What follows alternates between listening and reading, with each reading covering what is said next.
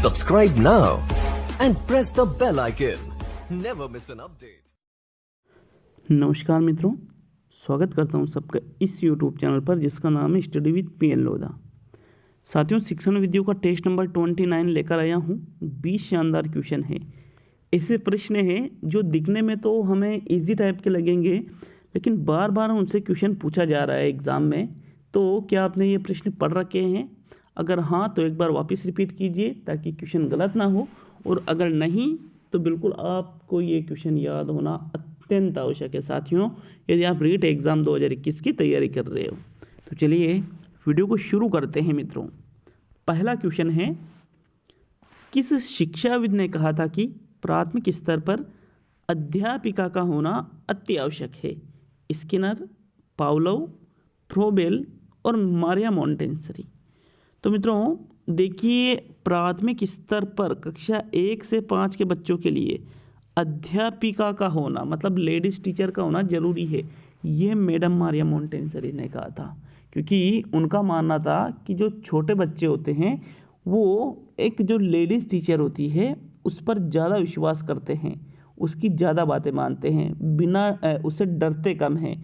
तो साथियों यहाँ चौथा विकल्प सही है, आज्ञा का पालन करेंगे लेकिन डरते कम हैं, प्रश्न नंबर 1 में। चलिए नेक्स्ट प्रश्न नंबर 2, शिक्षा के प्रारंभिक स्तर पर न्यूनतम अधिगम स्तर का अर्थ है? न्यूनतम अधिगम स्तर, इसका अर्थ क्या होता है?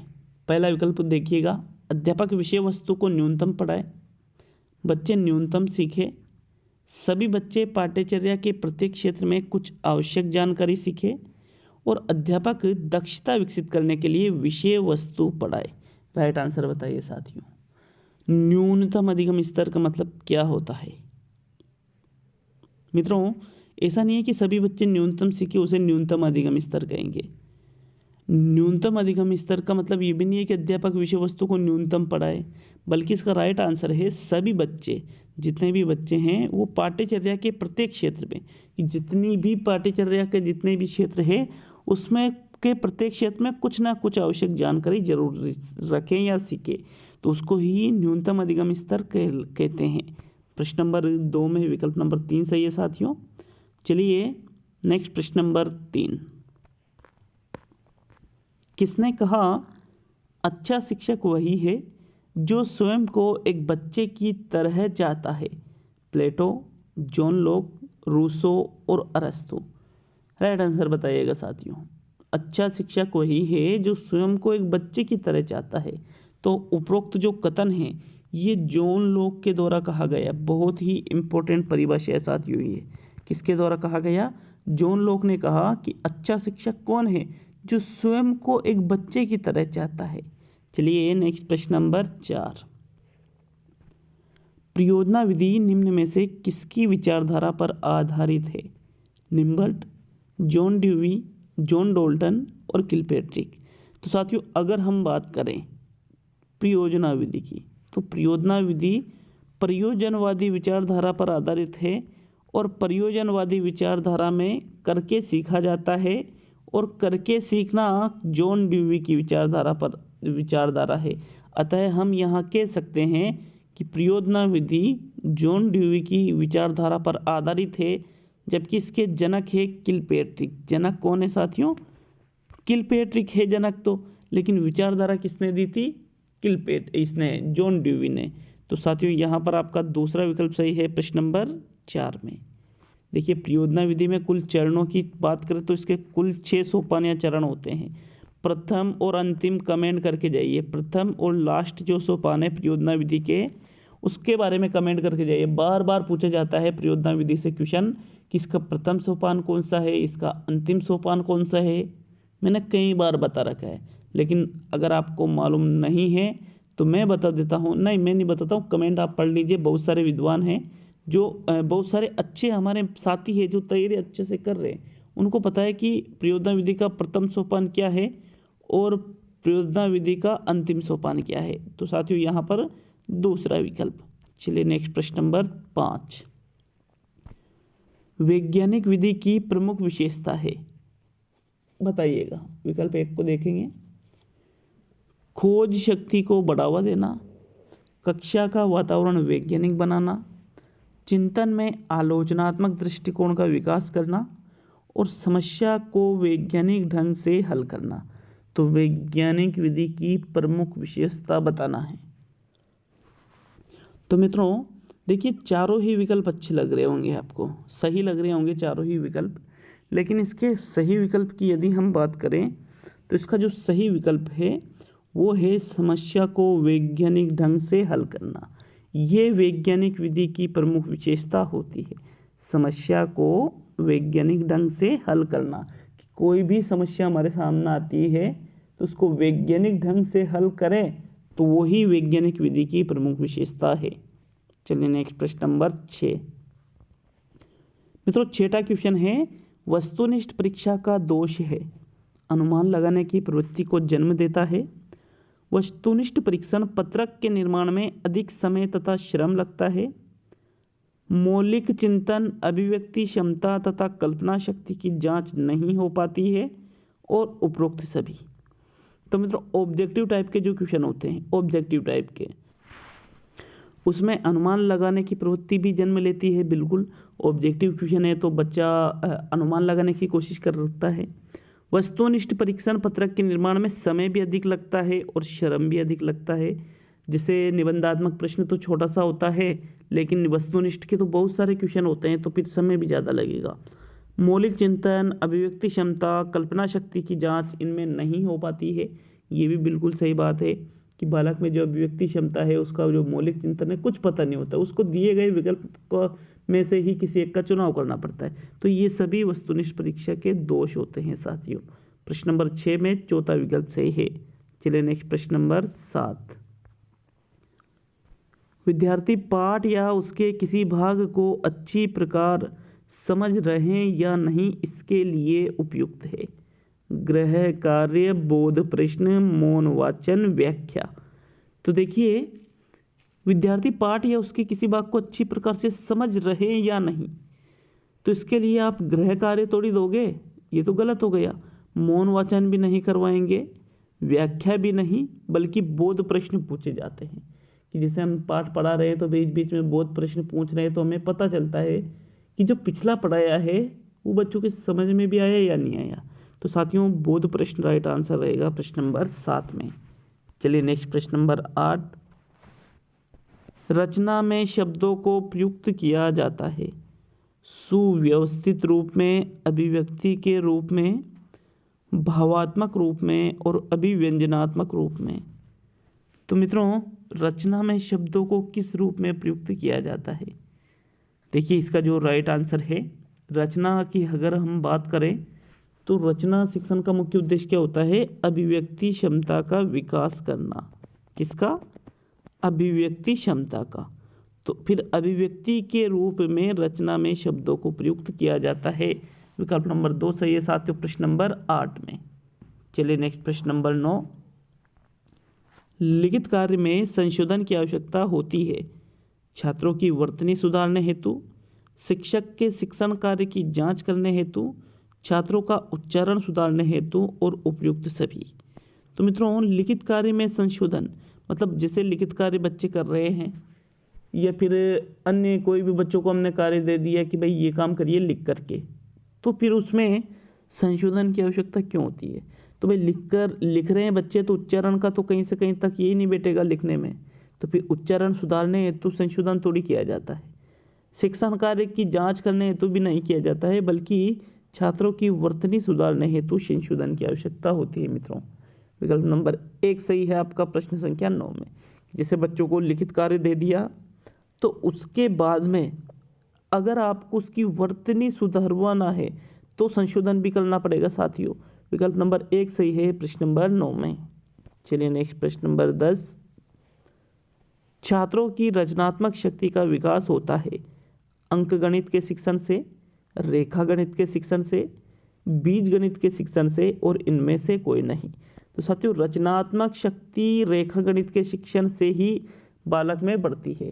जैसे मान लीजिए बालक त्रिभुज बनाता है, बालक वृत्त बनाता है, बालक विभिन्न प्रकार के जो आयत से संबंधित जैसे चतुर्भुज, समचतुर्भुज अन्य जो बहुत सारी चीज़ें होती है तो ये रेखागणित के अंतर्गत ही चलती है, तो इससे रचनात्मक शक्ति का विकास होता है साथियों। दूसरा विकल्प सही रहेगा प्रश्न नंबर 10 में। चलिए नेक्स्ट आते हैं प्रश्न नंबर 11 पर। प्रश्न नंबर 11 है, एक छात्र, कोई भी एक छात्र है, वो आयत, त्रिभुज, वर्ग आदि की परिभाषा बता सकता है। उस छात्र का ज्ञान किस उद्देश्य से संबंधित है? कौशलात्मक उद्देश्य से, ज्ञानात्मक उद्देश्य से, ज्ञानोपयोग उद्देश्य से और अवबोध उद्देश्य से। वेरी वेरी इंपॉर्टेंट क्वेश्चन है साथियों, बार बार पूछे जाते हैं एग्जाम में ऐसे क्वेश्चन। तो मित्रों देखिए, अगर यूं होता कि कोई छात्र आयत, त्रिभुज, वर्ग के चित्र बना सकते हैं तो फिर वो तो कहलाता कौशलात्मक। यहाँ लेकिन यहाँ क्या है, परिभाषा, कि जैसे बालक कहता है कि वह आकृति जिसकी आमने सामने, वह चतुर्भुज आकृति जिसकी आमने सामने की भुजा बराबर हो उसको आयत कहते हैं, तीनों ओर से घिरी हुई बंद आकृति को त्रिभुज कहते हैं। तो फिर ये परिभाषा बताना, तो फिर ये ज्ञानात्मक उद्देश्य की पूर्ति कर रहा है। किसकी पूर्ति कर रहा है मित्रों? ज्ञानात्मक उद्देश्य की, न कि कौशलात्मक की। विकल्प नंबर 2 सही है आपका प्रश्न नंबर 11 में। चलिए अब देखेंगे प्रश्न नंबर 12 को। सर्वप्रथम जिस देश ने विद्यालय के पाठ्यक्रम में सामाजिक विज्ञान विषय को सम्मिलित किया? भारत ने, इंग्लैंड ने, फ्रांस ने और अमेरिका ने। तो साथियों राइट आंसर दीजिएगा प्रश्न नंबर 12 में। मित्रों सर्वप्रथम जिस देश ने विद्यालय के पाठ्यक्रम में सामाजिक विज्ञान विषय को सम्मिलित किया था वो था अमेरिका। किसने सम्मिलित किया था साथियों? सबसे पहले अमेरिका ने सम्मिलित किया था। विकल्प नंबर 4 सही है प्रश्न नंबर 12 में। चलिए नेक्स्ट आते हैं प्रश्न नंबर 13 पर। प्रोजेक्ट प्रणाली के अनुसार अध्यापक की भूमिका होती है एक मूक और शांत दर्शक की, केवल मूल्यांकन करने की होती है, केवल मार्गदर्शन करने की होती है, या केवल प्रश्न पूछने की होती है? तो जो प्रोजेक्ट मतलब परियोजना प्रणाली है, इसमें एक अध्यापक की शांत और मूक, ये तो ऐसा तो दर्शक की थोड़ी होती है, केवल मूल्यांकन करने की नहीं होती है, केवल प्रश्न पूछने की नहीं बल्कि मार्गदर्शन करने की होती है साथियों। कि प्रोजेक्ट प्रणाली में बच्चा खुद ही कार्य करके सीखता है, लेकिन मार्गदर्शन देने का कार्य कौन करता है? अध्यापक करता है साथियों। विकल्प नंबर 3 सही आपका प्रश्न नंबर 13 में। चलिए नेक्स्ट प्रश्न नंबर 14। प्रादेशिक विधि के प्रवर्तक माने जाते हैं हर्बर्टसन, किलपेट्रिक, जॉन ड्यूवी और स्किनर। तो मित्रों प्रादेशिक विधि का निर्माण या जनक, इसके जनक हैं हर्बर्टसन। विकल्प नंबर 1 सही है। किसने दी थी? हर्बर्टसन ने। मैं 1-2 बार पहले भी इस क्वेश्चन को करा चुका हूँ, ये भी बहुत इंपॉर्टेंट क्वेश्चन है। हर्बर्टसन के द्वारा ही प्रादेशिक विधि का प्रतिपादन किया गया था साथियों। चलिए नेक्स्ट आते हैं प्रश्न नंबर 15 पर। इकाई शिक्षण विधि के प्रवर्तक है यंग, जॉन ड्यूवी, आर्मस्ट्रॉन्ग और मॉरिसन। साथियों इकाई शिक्षण विधि के जनक देखिएगा, यहाँ पर मॉरिसन ने ही इकाई शिक्षण विधि का प्रतिपादन किया था, जबकि आर्मस्ट्रॉन्ग के द्वारा तो कौन सी विधि दी गई थी साथियों? खोज विधि या होलिस्टिक विधि आर्मस्ट्रॉन्ग के द्वारा दी गई थी, और मॉरिसन ने इकाई शिक्षण, जॉन ड्यूवी करके सीखना और उद्देश्यों पर बल। प्रोफेसर यंग ने एक परिभाषा दी थी साथियों, गणित से संबंधित थी, संश्लेषण विश्लेषण विधि से संबंधित है। गणित ही क्या अन्य विषयों में भी आती है सभी में। तो वो जो संश्लेषण विधि से संबंधित और विश्लेषण विधि से संबंधित, इनकी बहुत ही प्रसिद्ध परिभाषा है साथियों, बहुत ही ज़्यादा प्रसिद्ध परिभाषा। उसको आप हमें कमेंट करके बता सकते हो प्रोफेसर यंग की। तो चलिए यहाँ पर तो आपका चौथा विकल्प सही है प्रश्न नंबर 15 में। चलिए नेक्स्ट आता है प्रश्न नंबर 16। सामाजिक विज्ञान में अध्ययन किया जाता है ऐतिहासिक घटनाओं का, भौगोलिक घटनाओं का, वर्तमान संदर्भ में समग्र सामाजिक विषय वस्तु का और पर्यावरणीय घटनाओं का। तो मित्रों जो सामाजिक विज्ञान सब्जेक्ट है इसमें किसका अध्ययन किया जाता है? राइट आंसर है देखो ऐतिहासिक, भौगोलिक ही नहीं बल्कि वर्तमान संदर्भ में समग्र, ये शब्द आ रहा है समग्र मतलब सभी सामाजिक विषय वस्तु का अध्ययन किया जाता है। विकल्प नंबर 3 सही है। देखिए वैसे इन दोनों का भी किया जाता है लेकिन ये बेस्ट विकल्प रहेगा इन दोनों से, इसलिए तीसरा विकल्प सही है प्रश्न नंबर 16 में। चलिए नेक्स्ट प्रश्न नंबर 17, देखकर सीखना सिद्धांत पर कौन सी विधि आधारित है? वाद विवाद विधि, व्याख्यान विधि, निरीक्षण विधि और पाठ्य पुस्तक विधि। तो मित्रों देख करके सीखना, वाद विवाद में तो देख करके सीखेगा नहीं, बोलकर सीखता है, व्याख्यान में सुनकर सीखता है, पाठ्य पुस्तक में पढ़ के सीखता है, लेकिन निरीक्षण विधि में बालक देख करके सीखता है। जैसे निरीक्षण कर रहा है किसी चीज़ का तो फिर देख करके सीखना उसी के अंतर्गत आ जाएगा साथियों। विकल्प नंबर आपका 3 सही है प्रश्न नंबर 17 में। चलिए आगे बढ़ेंगे प्रश्न नंबर 18 पर। आगमन विधि का मार्ग है खोज का, तीव्रता का, अनुकरण का और शोध का। तो मित्रों आगमन विधि का मार्ग, देखो अनुकरण का मार्ग आगमन का नहीं होता है, बल्कि आगमन विधि का मार्ग होता है, शोध का नहीं होता है, खोज का होता है साथियों। शोध करना अलग हो जाता है, खोज करना अलग हो जाता है। विकल्प नंबर 1 सही है आपका प्रश्न नंबर 18 में। चलिए नेक्स्ट आता है प्रश्न नंबर 19। पाठ योजना तैयार करने के पीछे शिक्षक का उद्देश्य होता है छात्रों में अनुशासन स्थापित करना, प्रभावी शिक्षण, छात्रों को व्यस्त रखना और छात्रों में सामाजिक गुणों का विकास करना। तो मित्रों राइट आंसर बताइए 19वें क्वेश्चन का। देखिए जो एक पाठ योजना बनाई जाती है टीचर के द्वारा, उसके पीछे क्या उद्देश्य होता है?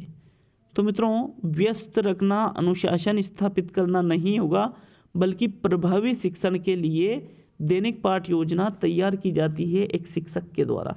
कि जब एक शिक्षक कक्षा में जाता है तो उसके पास एक प्रारूप होता है कि मैं इस प्रारूप में बच्चों को पढ़ाऊंगा, ये सहायक सामग्रियाँ प्रयोग में लूँगा, इन उद्देश्यों की प्राप्ति करूंगा इस क्लास से। तो साथियों ये होता है प्रभावी शिक्षण। दूसरा विकल्प है बाकी सामाजिक गुणों के लिए तो पाठ योजना थोड़ी बनाएंगे, उसके लिए तो अन्य चीज़ें की जाती है साथियों। तो इसलिए दूसरा विकल्प सही रहेगा प्रश्न नंबर 19 में। चलिए नेक्स्ट प्रश्न नंबर 20। वैसे सामाजिक गुणों का विकास के लिए भी आप पाठ योजना बना सकते हो, लेकिन उससे बेस्ट विकल्प कौन सा है? प्रभावी शिक्षण। लेकिन साथियों अगर आपने चैनल को सब्सक्राइब नहीं कर रखा है तो सब्सक्राइब जरूर कर लीजिए और बेल आइकन दबा लीजिए साथियों, क्योंकि बेल आइकन दबाओगे तो नए वीडियो का नोटिफिकेशन आपके पास तुरंत पहुंच जाएगा। बिल्कुल तैयारी जारी रखना है। 50 दिन मान लीजिए कि कैसी तैयारी करनी है, बहुत ही शानदार लाजवाब, जो जीवन में सर्वश्रेष्ठ हो वो दे दो इन 50 दिनों में। तो चलिए प्रश्न नंबर 20 और अंतिम क्वेश्चन। वार्षिक योजना मुख्य रूप से उपयोगी होती है शिक्षक के लिए, छात्रों के लिए, अभिभावक के लिए और विद्यालय के लिए। तो जो वार्षिक योजना है ये किसके लिए उपयोगी है मुख्य रूप से? मित्रों अभिभावकों के लिए तो होगी नहीं, विद्यालय के लिए भी नहीं होगी, बल्कि जो वार्षिक योजना होती है वो साथियों शिक्षक के लिए मुख्य रूप से उपयोगी होती है। क्योंकि एक शिक्षक जब वार्षिक योजना तैयार करता है तो उसको पता होता है कि मुझे पूरे वर्ष में क्या क्या चीज़ें कैसे कैसे पढ़ानी है। इसलिए विकल्प नंबर 1 सही है प्रश्न नंबर 20 में। तो कमेंट करके जाइए कि कितने क्वेश्चन आपके सही हुए। और वास्तव में ये क्वेश्चन वेरी इंपॉर्टेंट है साथियों, क्योंकि एक एक क्वेश्चन दिखने में इजी लग सकते हैं लेकिन इम्पोर्टेंट चीज़ें हैं, तो ये भी पढ़ना बहुत ही ज़रूरी था। तो चलिए वीडियो को समाप्त यहीं पर करते हैं साथियों। बहुत बहुत धन्यवाद वीडियो को पूरा देखने के लिए। वीडियो को लाइक करना और वीडियो को शेयर करना बिल्कुल भी नहीं भूलिएगा। मिलते हैं अगले वीडियो में।